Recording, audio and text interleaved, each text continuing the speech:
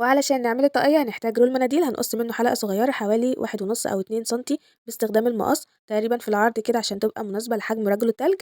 بعد كده هنقص خيوط الصوف الفوشيا والأبيض بطول حوالي 20 سنتي لكل خيط، ونبدأ نربطهم حوالين الحلقة لحد ما نغطيها تماما. تابعوا معايا طريقة.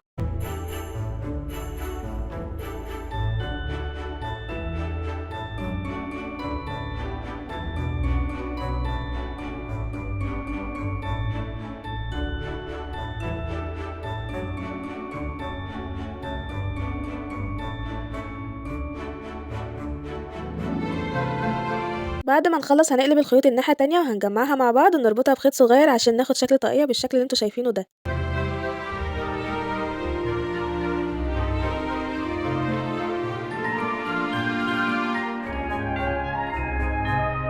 بعد كده هنجيب المقص وهنقص الأطراف الزيادة اللي موجودة من فوق